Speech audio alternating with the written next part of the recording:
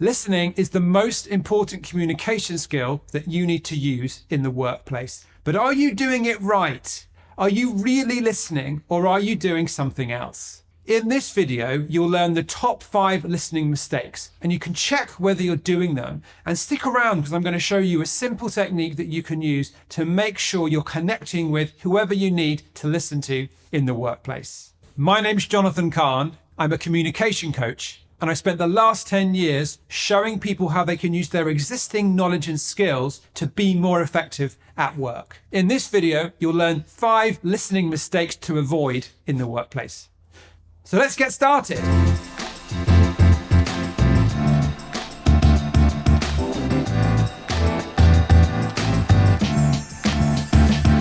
This channel is all about techniques, tricks, ideas, tips you can use to make your communication more effective at work. So if you've realized that you're really good at what you do, but you're not so good at explaining it to other people, giving feedback, or understanding where they're coming from, then make sure you hit subscribe so you get all the videos we release. Listening is the core communication skill. Everything else in communication starts from that skill, your ability to understand other people, to check that they've understood you, to see what's important to them. All these things come from your ability to listen. There are a lot of bad habits out there, activities that people tell themselves are listening, but they're not really listening at all. And so we're going to go through the top 5 listening mistakes to avoid. So as you watch these mistakes, check whether you're doing them. And if you are, don't worry, I'm going to finish up with an easy technique you can use to listen to anyone in the workplace. Here are the 5 listening mistakes to avoid at work. At number 1 is fixing. If someone comes to you with a problem and they say, look, I'm working on this thing, it's not working as I want it to, there are problems, there are issues, what do you do? Now, a lot of people, they think, I need to be helpful, I need to help this person, they've got an issue, I know, I'll fix their problem. And so they make suggestions. So you might find yourself thinking through, if that was you, what would you do?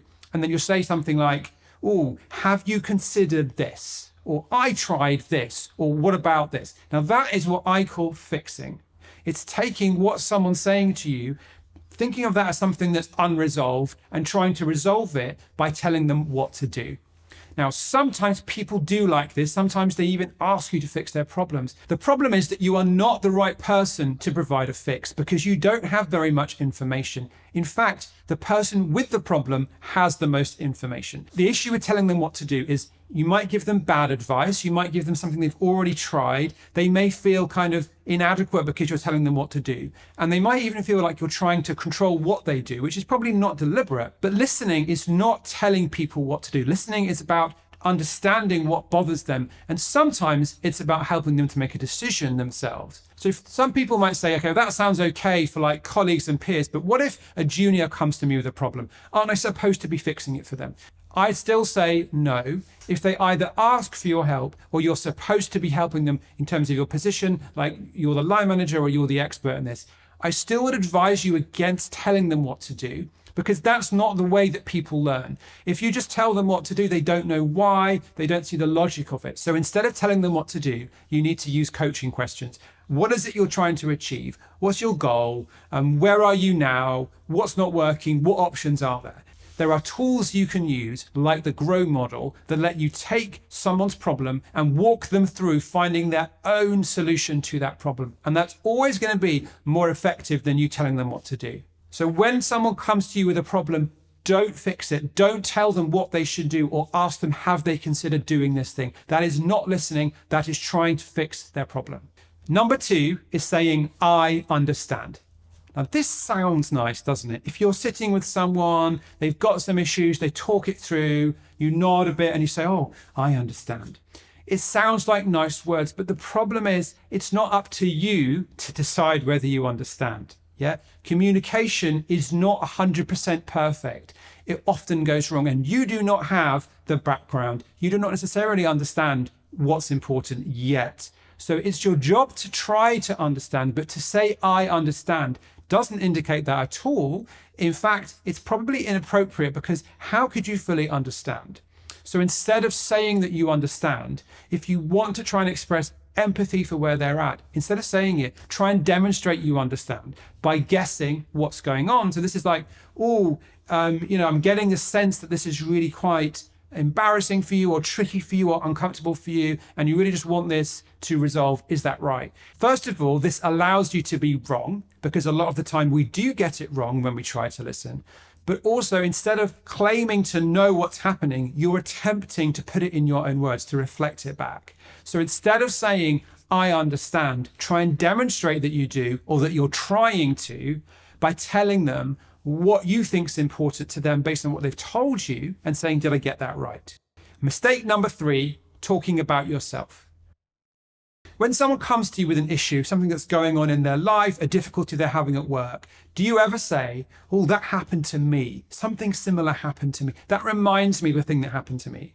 And if you're doing that, it can sound like we are kind of having camaraderie or talking about a similar experience. But the problem is, instead of talking about the other person, you're talking about yourself. You're taking the focus which was on them and you're moving it to you. And that means you're not listening anymore. This is a bit risky, talking about a similar experience, because how do you know it's similar? Maybe there are some keywords, maybe it reminds you of something that happened to you, but it could be very different. You don't have all the background, and you never really can. So the issue with saying that reminds me, or let me talk about myself, is that you miss the opportunity to understand what's really important to them, to support them, to connect with them, or to kind of get under the skin of why they are bothered by this. Because it's very likely that it's not quite the same as something you experience. We all have different backgrounds, different experiences, different ways of looking at the world. Even if you know someone very well, they will experience something differently to how you would. So when you say that reminds me, that's true. At the same time, it's not listening, because you're not connecting with what's happening for them. You're changing the topic to some other thing that happened to you. If you want to listen, the thing to do is not talk about yourself. Stick to talking about the other person. Listening is never about you. It's always about them. The only part you bring is your ability to try and imagine what it's like to be them. Mistake number 4 is filling space. If you think about listening as a way of communicating, it's really about suspending the normal way we have conversations. Because normally you talk, I talk, we take turns, it kind of goes back and forth. But when we're listening, we focus on the other person. We don't talk about ourselves. And so to make this happen, you need to change some of the normal interaction patterns that happen in a normal conversation. You need to leave gaps. You need to encourage people to say more. That's why saying, tell me more, is one of the ways to encourage active listening, because it gets the person to say stuff when normally it would be your turn. You're saying, no, I don't need my turn. It can be your turn. Now, this can be difficult for people when they want to listen, but they feel anxious. They feel nervous about what's happening for that person, if they're going to be able to understand, if they're going to be able to help. This is very, very normal. When people are nervous, they often try and fill space and say stuff. And this doesn't actually provide a good environment for listening, because the other person will interpret you saying stuff as you having your turn. And so they won't be speaking in that moment. If you find yourself in a situation where you want to listen, but you are filling space and kind of talking a little bit mindlessly, you're not listening. But the fix is super easy. Just stop. It doesn't matter what you just said. Just stop, look at the person, maybe ask them an open question, but you may not even have to do that. Just leaving a gap is the best way to signal to someone that you want to listen to them. And remember, one of your jobs as a listener is to keep them talking. And the best way to do that is to leave a gap. Mistake number 5, waiting for your chance to speak. Have you ever sat in a meeting or even a one-to-one conversation and realized that you're not listening to what the other person is saying? You're just thinking about your own thoughts. You're thinking like, what is it that I want to say? When's my lunch? What is my agenda? And just trying to find a gap in the other person's speech so that you can say your thing. Have you ever done that? There's this expression, listening is not waiting for your chance to speak. If you find yourself doing that, if you find yourself just thinking about your thoughts, what you want to say, you aren't listening, you aren't paying attention to what matters to that other person. And this isn't very good for you, because what you say is not going to land, as we say. It's not going to work out, because finding that gap where you can slot something in does not set you up for understanding with your audience, with that other person. But also, you may as well just be sending each other memos or emails, okay? So if you find yourself waiting for that gap, thinking about what you want to say when someone else is talking, you need to stop doing that. Maybe make a couple of notes about the thing you want to say, or remind yourself that you can kind of come back to it later and just stop it. Stop thinking about your thing, stop waiting for the gap, and pay attention to what they're saying. And in that way, even if you didn't get the full picture, you will begin to listen to what's going on for that person, and that will improve the flow, improve the connection between you, and you're much more likely to get the thing that you want if you first of all listen to them before saying your piece. So those are my 5 listening mistakes to avoid. They are fixing, saying I understand, talking about yourself, filling space, and waiting for your chance to speak.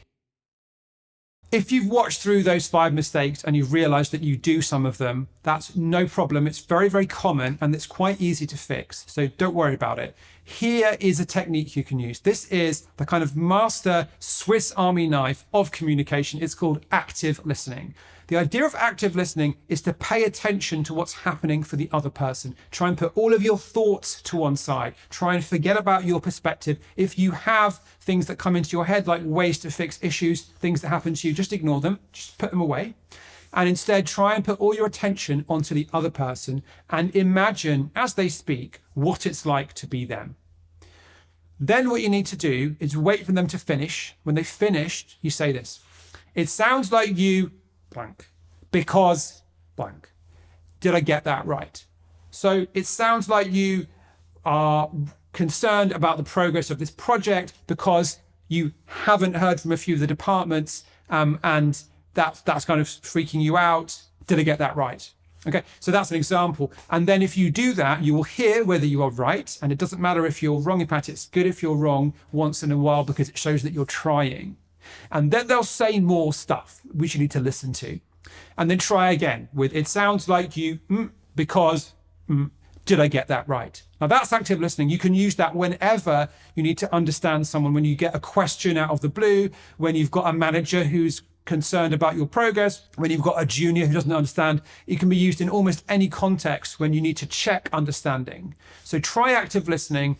Get going with that and use that instead of any of these listening mistakes. And you'll find that you're more effective, you connect more quickly, you get your way more often because people understand why you want things. And you can really get under the skin of why people want certain things and how they see the world, which is just always going to help you communicate more effectively. I hope you found that useful. Please leave your comments below about mistakes you've noticed or tips you've got about how to stop them. I'd love to hear your view on this and how you approach listening in the workplace. My name's Jonathan Kahn, and I'll see you next time.